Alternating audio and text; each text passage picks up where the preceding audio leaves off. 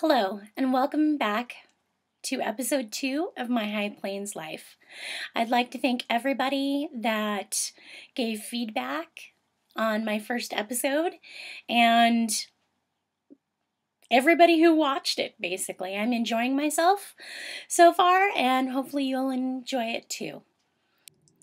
I've been called the schizophrenic hobbyist by some of my friends and family, and they're absolutely right.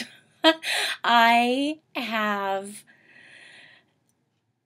a little bit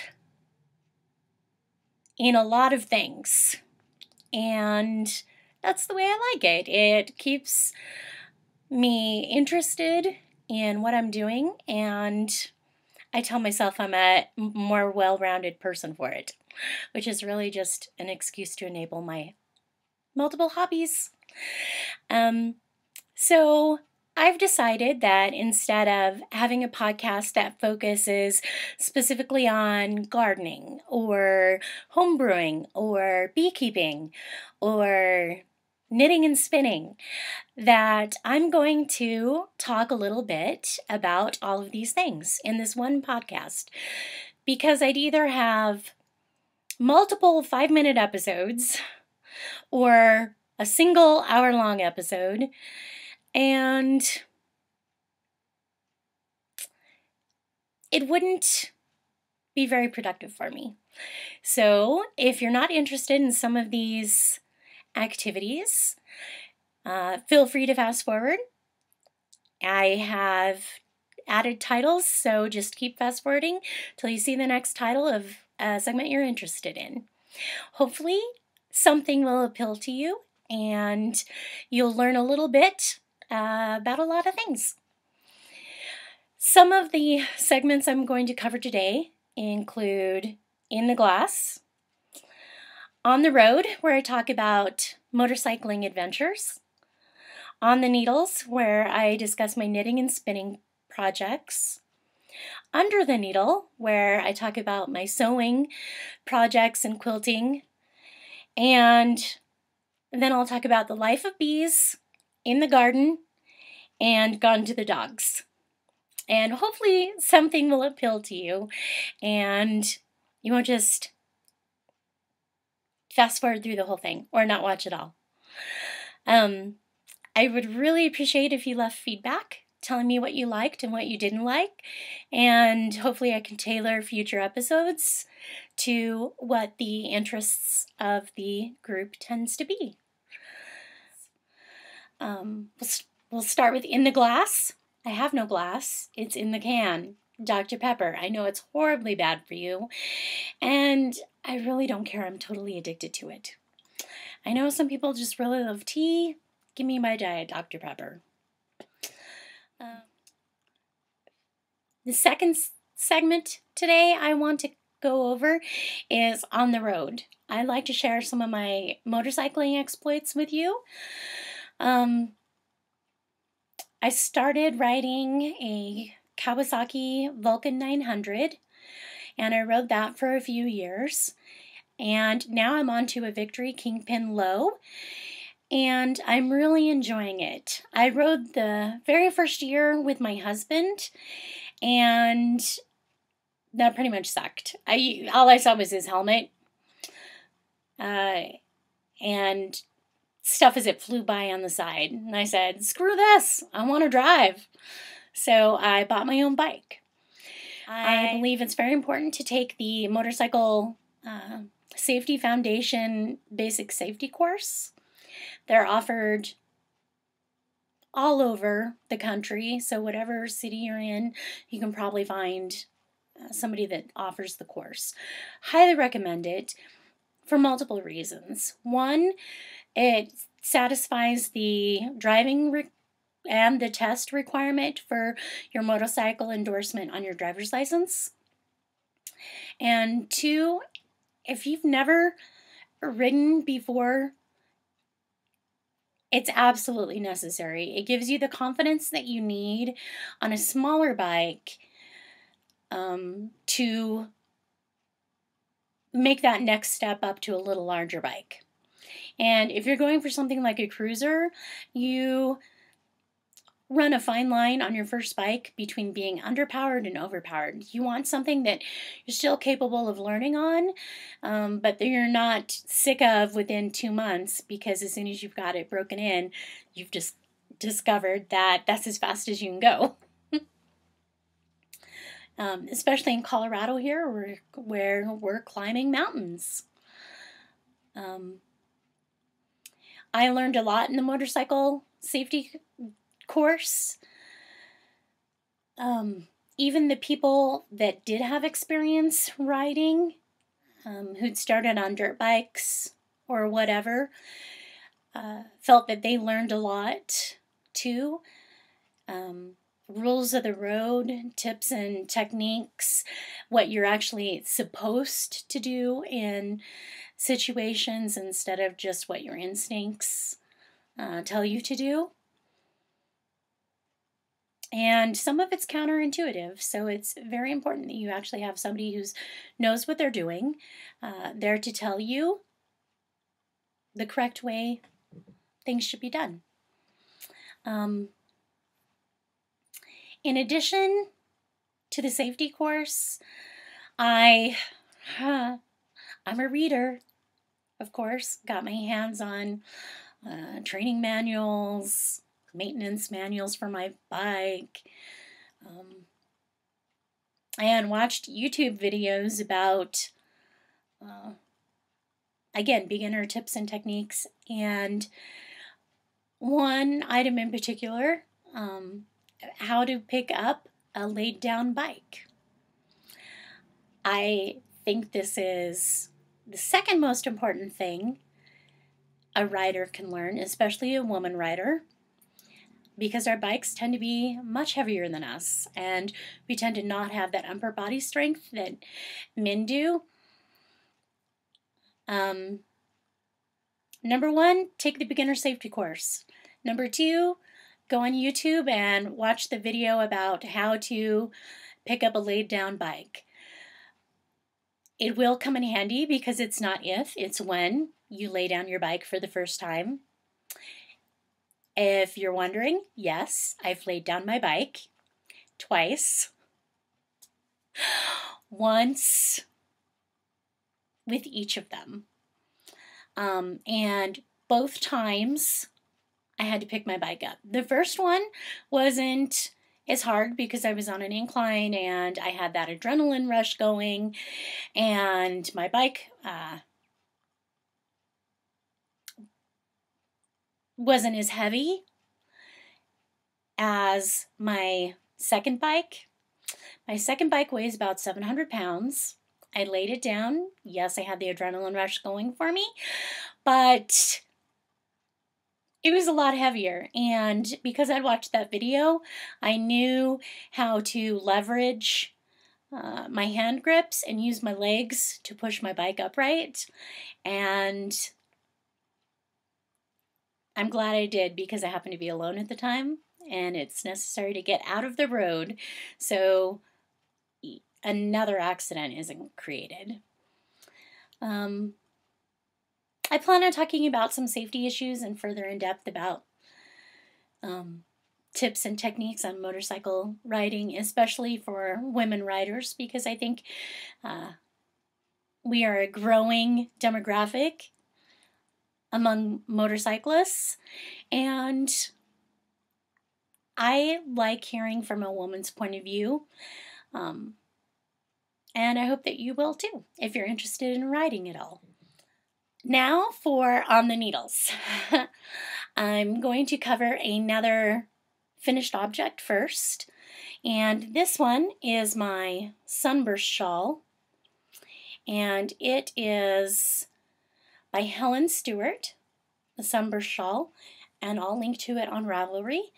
I used Malabrigo sock yarn in the Cordovan colorway, and I used size 6 beads instead of, no, I used size 8 beads instead of size 6 beads, because I appreciated the metallic color of them more than the greenish color of them when you went up a size. So this is my cordovan shawl. My cordovan sunburst shawl. And the new technique that I did with this was the beading. I had done a lace weight shawl before, or lace styling shawl before, but I'd never done beads. If you can see, sure.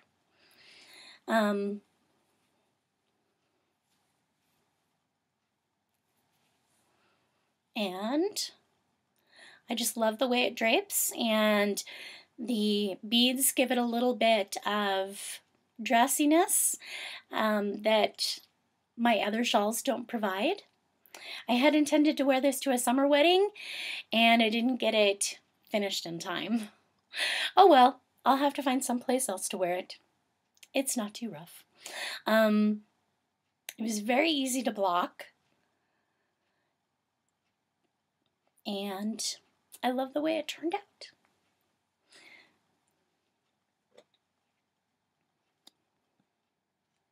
I've got my crossover top in my mustache project bag. It's not from Mustache Yarns, it's just covered in mustaches. And as far as my crossover top project has gone, I have finished the left front,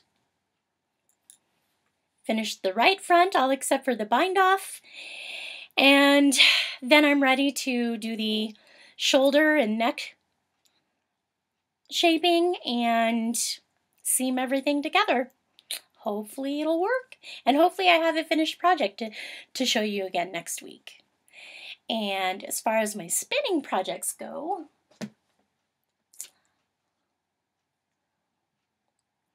I have spun on my spindle that's, camera, tiger eye stone, and I spun all of this yarn.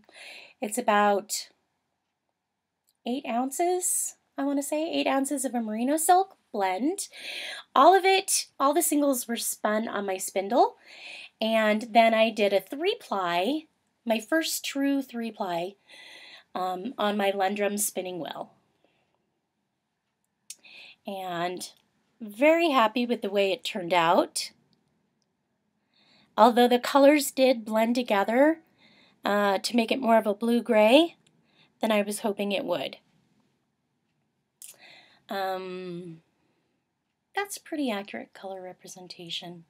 It's kind of a very shaded blue. And I have about 475 yards of a 3-ply. Yay! Very excited that I got the product that I was aiming for. And I had initially started this as part of the D-Spackle for Yarngasm podcast. And I got the spinning done. I did not get the shawl knitted. But that's okay, because I enjoyed myself. I'd like to talk about what's under the needle right now, and this is my sewing projects. I am currently working on a quilted placemat. I've been working on it for over a year. It's a set of 8 placemats. I've actually started them off the wrong size. I made them too big, so I made a matching table runner to coordinate with them. So I have the matching table runner that's about 12 feet long, and then I have 8 placemats, plus I have some extra blocks that just got left over. And I did very simple, just a 4-patch design. And so here's my placemat. And I have added the binding to this one, but I haven't finished it off yet. So I need to wrap and hand stitch to the back. And then, woo, 1 placemat down. 7 more to go.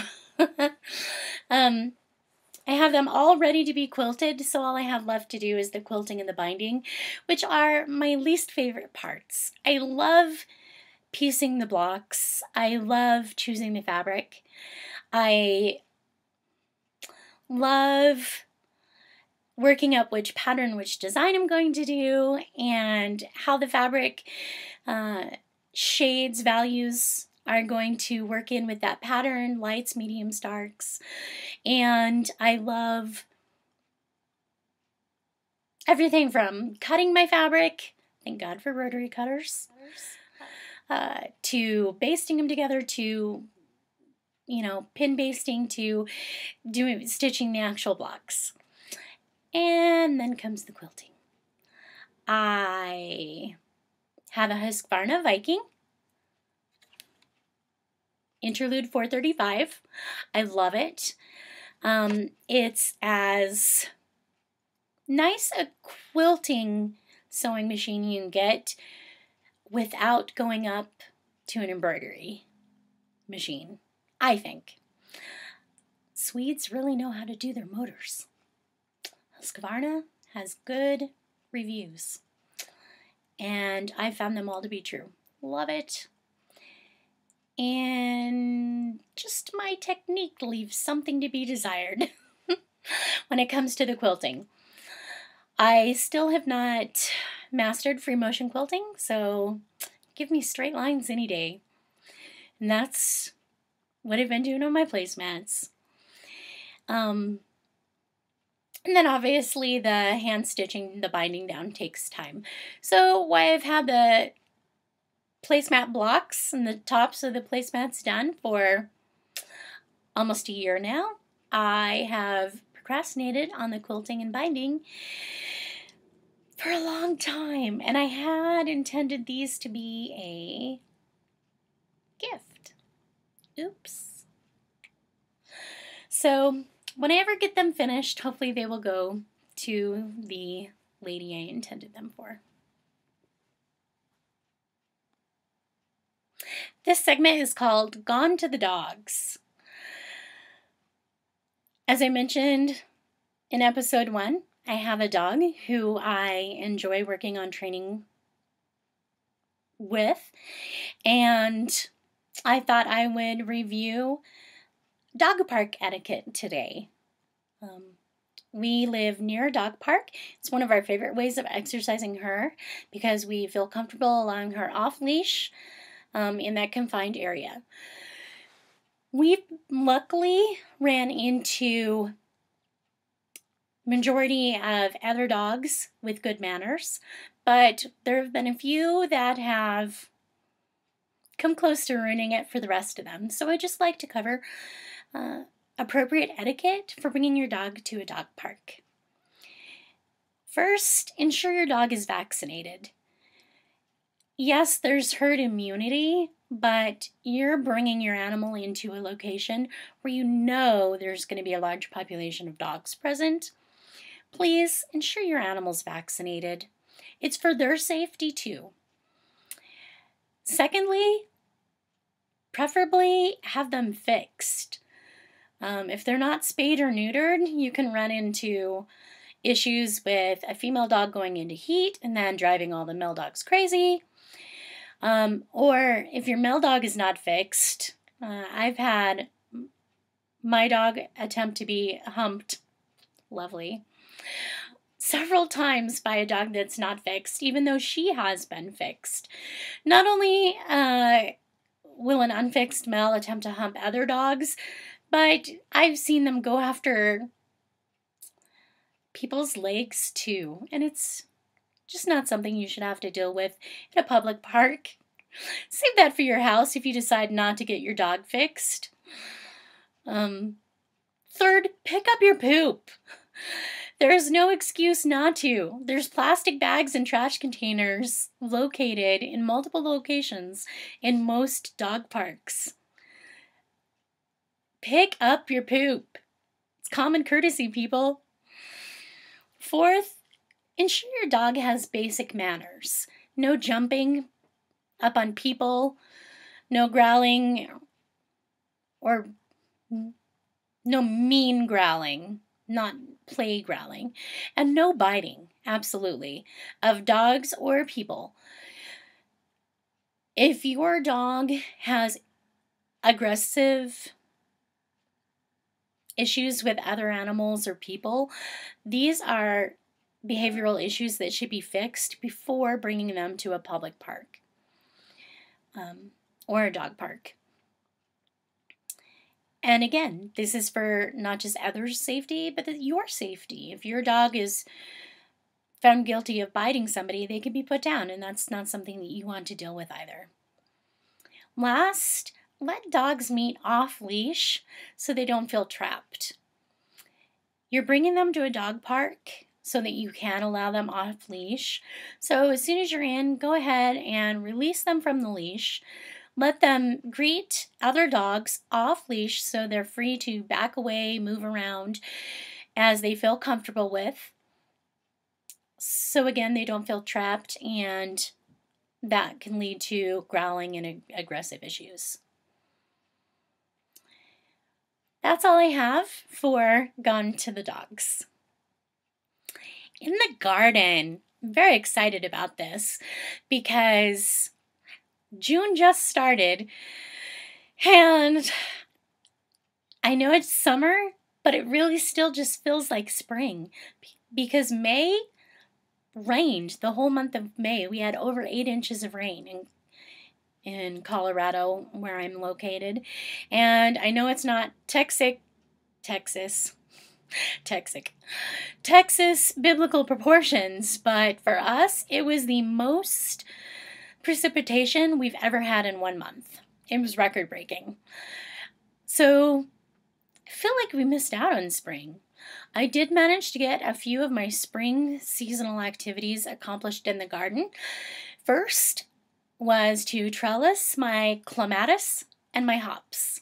This is my Jackmanji clematis that I have trellising up one of the supports on my front porch. I've just wrapped twine around nail heads around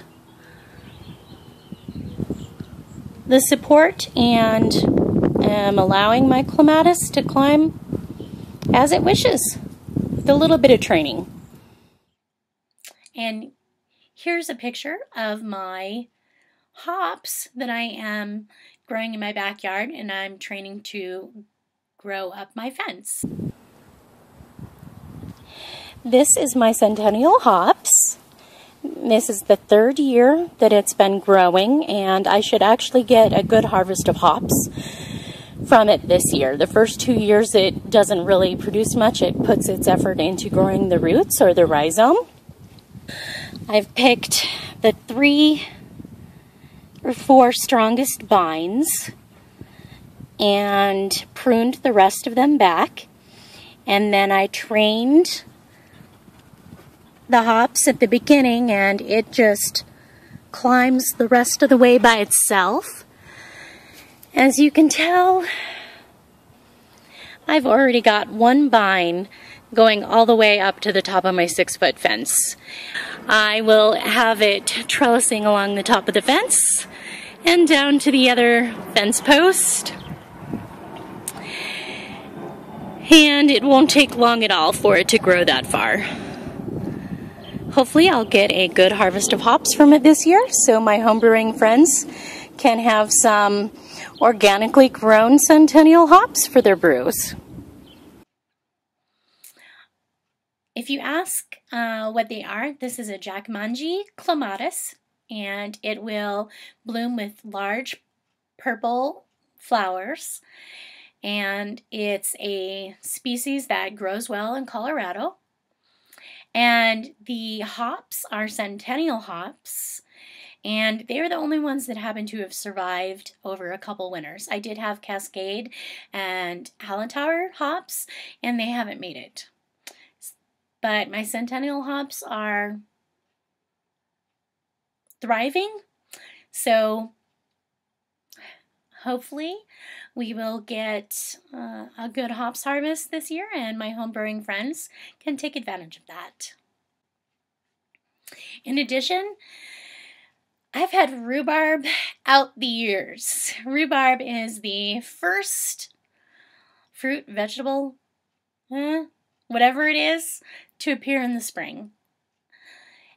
And mine has been growing in my garden for 5-6 years now, and it has no troubles whatsoever. In fact, I have troubles keeping it down.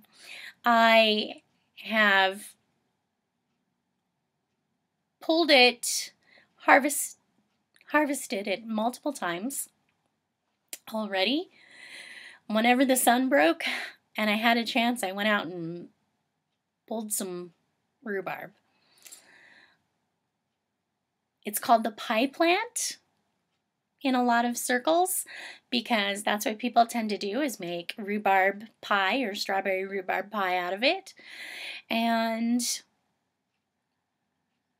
it is actually grows in the wild here in Colorado in many places.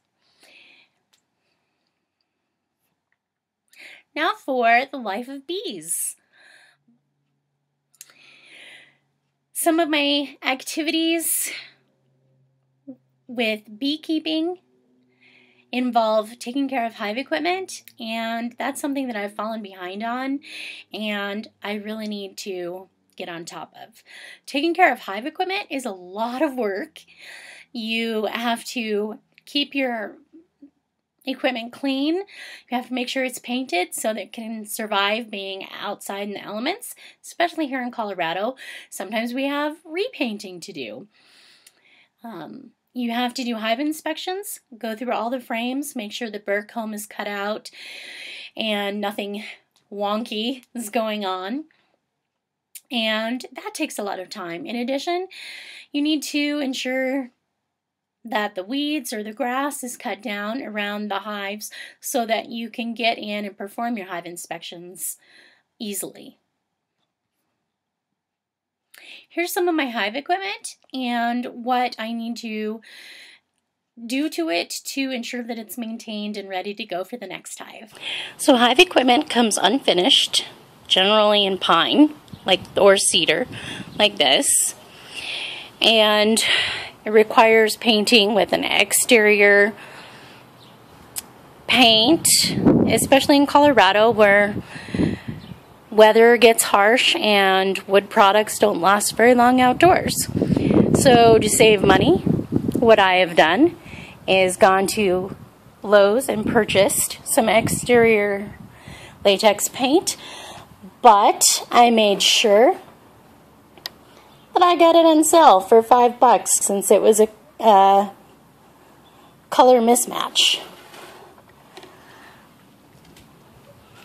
I've got bottom boxes to paint, brood boxes to repaint. This is why I know my hive swarmed this spring. I wasn't able to go out and check it during 3 weeks in May because of all the rain. And apparently I should have, because even though I reversed the boxes, so there was an empty brood box on top of the bottom deep where all the bees were, they still managed to swarm. This is how I know, because I found this burr comb at the bottom of a frame, and attached was a swarm cell. This looks like a peanut. It's empty. You can tell the bottom's been chewed off where the queen released herself. In addition to this one, I have multiple other swarm cells. Chewed open, queen released. Chewed open, queen released.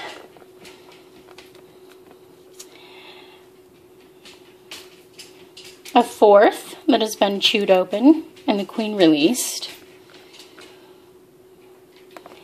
And a fifth.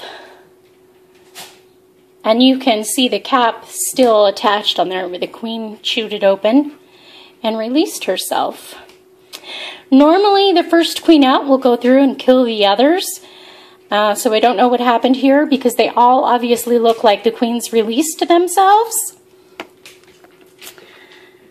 But I did not find any new brood in my hive, so I'm assuming either the queen had a poor mating flight due to all the rain, or she just came out and released herself and is currently on her mating flight.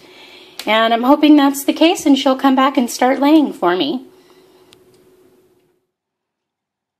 As my sister pointed out, yes, I do have purple hair. It's just a streak. And I used Manic Panic's Purple Haze. To do it. I did it myself. I bleached the streak and then added the purple hair dye to it. And I loved the outcome. I do not love the maintenance. It only lasts for a few weeks and then it washes out. Like every time I wash my hair, I see purple going down the drain. So it does not last the 6 to 8 weeks that Manic Panic says it should on the label. I only get about 2 weeks out of it before I need to redo it, or my blonde streak shows through. And I am debating just ponying up the money and going and having it done professionally and hoping that it lasts longer, because I really am enjoying my purple streak. I have been asked why I did it, and I will say that, throwing my age out there, I turned 40 this year. And I decided that I'm going to do things that make me feel happy and make me feel young and bring me joy. And doing a purple streak in my hair happened to be one of those things. So even though my husband rolls his eyes and doesn't understand, I'm enjoying it. And who knows how long I'll keep it. Thanks for watching. I really enjoyed talking to you today, and hopefully you've managed to stay with me today through all of my different segments, and hopefully something was of interest to you and you come back for the next episode. Thanks. Have a good day.